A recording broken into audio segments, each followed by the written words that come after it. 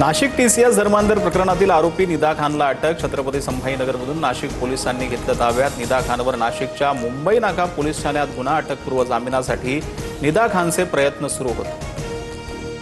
उपमुख्यमंत्री एकनाथ शिंदेंच्या हेलिकॉप्टरला वादळी वाऱ्याचा फटका। जुहू एअरपोर्टवर हेलिकॉप्टरचं इमर्जन्सी लँडिंग। शिंदे मुरबाडला लग्नासाठी जात असताना घडला प्रकार। कल्याण डोंबिवलीसह ठाण्याच्या वातावरणात अचानक बदल। सर्वत्र सोसायट्याचा वारा आणि धुळीचं साम्राज्य। प्रवाशांसह नागरिकांची तारांबळ।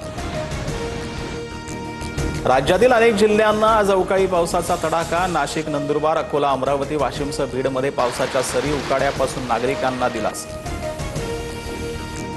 मुंबईच्या पायधुनीमधील चौघांच्या मृत्यूचा 11 दिवसांनंतर छडा। उंदीर मारण्याच्या औषधामुळे मृत्यू झाल्याचं उघड। मृतांच्या शरीरात झिंक ऑक्साईडचे अंश आढळले।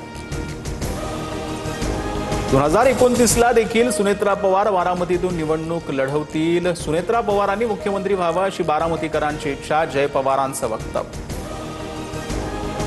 राज्यसभेवर मला पाठवा असा आग्रह नाही। पक्ष जो निर्णय घेईल तो मान्य असेल। सुनेत्रा पवारांच्या राज्यसभेच्या रिक्त जागेवरून छगन भुजबळांची प्रतिक्रिया।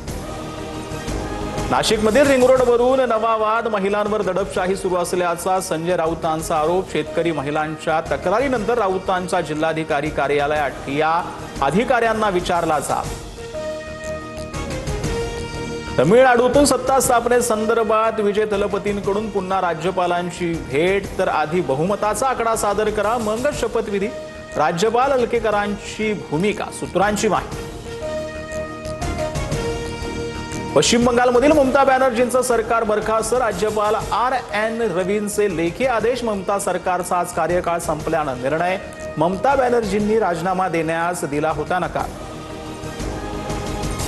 मुंबईत मासळी बाजारामध्ये मासे कापून विकण्यावर बंदी घातल्याची माहिती। पालिकेच्या नव्या नियमांमुळे कोळी महिला आक्रमक। तर असा कोणताही निर्णय घेतलेला नाही। महापौर रितू तावडेंची माहिती। मुंबई वॉटर मेट्रो प्रकल्पासाठी मुख्यमंत्री आणि मंत्री नितेश राणेंच्या उपस्थितीत करार। महाराष्ट्र सागरी मंडळ आणि नॉर्वे स्थित कंपनीशी करार। वॉटर मेट्रोमुळे जलवाहतुकीचा नवा अध्याय सुरू होईल, फडणवीसांचं प्रतिपादन। राज्यातील 10वी बोर्डाचा उद्या निकाल लागणार। बोर्डाच्या वेबसाईटवर दुपारी 1 वाजता ऑनलाईन निकाल पाहता येणार। मुंबई डॉक्टर ई मोजेस मार्गावरील मुख्य जलवाहिनीला गळती। युद्ध पातळीवर जलवाहिनीच्या दुरुस्तीचं काम सुरू। मुंबईतील काही भागात उद्या पाणी पुरवठा पूर्णपणे बंद राहणार। नागरिकांना पाणी जपून वापरण्याचं आवाहन।